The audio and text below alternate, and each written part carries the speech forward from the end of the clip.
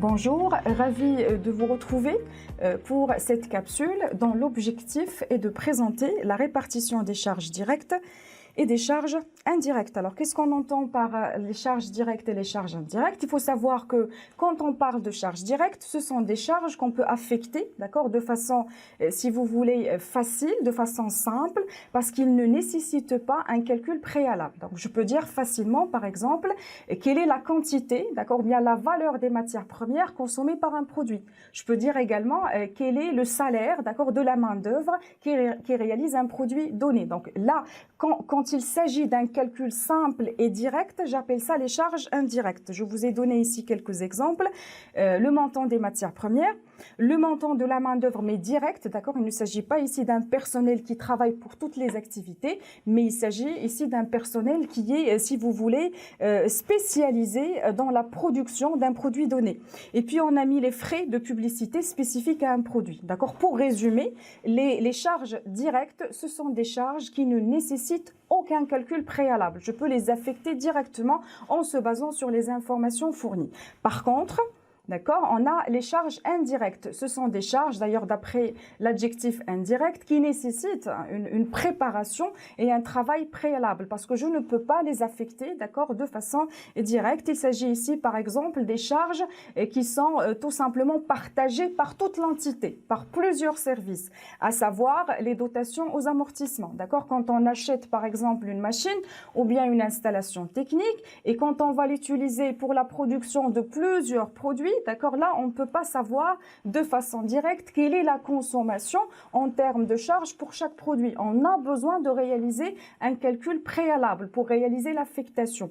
On peut également citer les frais d'entretien des machines et on peut également citer les frais d'administration. L'administration travaille pour tous les services de l'entreprise. Le marketing, par exemple, il travaille pour tous les services de l'entreprise.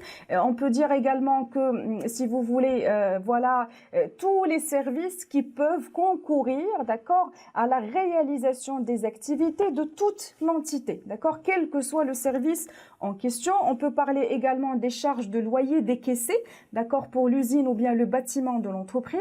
Tout ça, ce sont des charges qui ont un point commun, c'est le fait que ça soit partagé par toute l'entité, par tous les produits de l'entreprise, quelle que soit leur nature. Alors, pour pouvoir maintenant réaliser l'affectation des charges, comme vous voyez avec moi sur ce schéma-là, les charges directes ne posent aucun problème. On a la possibilité, d'accord, de les attribuer directement aux différents produits. Par contre, au niveau des charges indirectes, on va créer ce qu'on appelle les divisions ou bien les centres d'analyse, d'accord. En général, on crée deux types de centres d'analyse.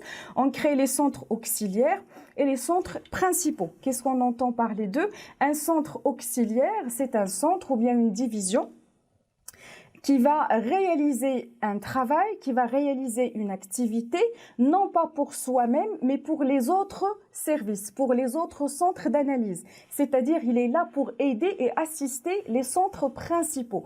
D'accord? Les centres principaux, par contre, sont des divisions, d'accord, et qui vont réaliser un travail principal, d'accord, et qui va rester au niveau du centre en question. Je vais vous donner quelques exemples. Quand on parle des centres d'analyse de façon générale, il n'est pas obligatoire de trouver tous les centres au niveau de l'organigramme de l'entreprise. On peut parfois les créer. On peut aller jusqu'à créer des entités fictives pour pouvoir faciliter le traitement, d'accord, des charges de la comptabilité. Donc, on peut, par exemple, si je ne trouve pas un centre de sécurité, je peux le créer. Si je ne trouve pas un centre pour la gestion des ressources humaines, surtout pour les petites entités, je peux le créer et ainsi de suite. Voilà. Par la suite, il y a ce qu'on appelle les centres principaux. D'accord? Les centres principaux, ce sont des centres qui vont avoir des coûts et qui vont les garder et qui vont les consommer de façon directe. Un centre auxiliaire, c'est un centre qui consomme, non pas pour lui-même, mais qui va dédier toute son activité aux centres principaux. Je vous donne ici quelques exemples. Comme centre auxiliaire, on trouve la gestion de personnel, on trouve la gestion des bâtiments, on trouve la sécurité, on trouve la gestion de matériel, on trouve le transport et l'entretien. Alors, quand on regarde l'ensemble de ces entités-là, on trouve que, si vous voulez, le principal travail n'est pas réalisé pour soi-même. Il est réalisé et dédié aux autres activités. La sécurité, on ne fait pas la sécurité au niveau de son service, d'accord? On essaie de garantir la sécurité pour l'entité, pour l'entreprise, d'accord? Et en général, pour les centres principaux. Et ainsi de suite, d'accord? Concernant maintenant les centres principaux, on va dire que ce sont des centres qui réalisent une activité intéressante, principale pour soi-même. Quand je dis l'atelier A, il est là pour produire, d'accord, des produits, d'accord, liés à l'atelier A. Quand je dis l'atelier B, il est là pour produire également des choses pour l'atelier B. Quand je dis par exemple la distribution, d'accord, la distribution ou bien la logistique, c'est un travail en soi, d'accord, et qui va par exemple être chargé d'acheminer la marchandise ou bien les produits jusqu'au client de l'entreprise. Donc il existe un travail principal et qui va se faire au niveau du centre lui-même.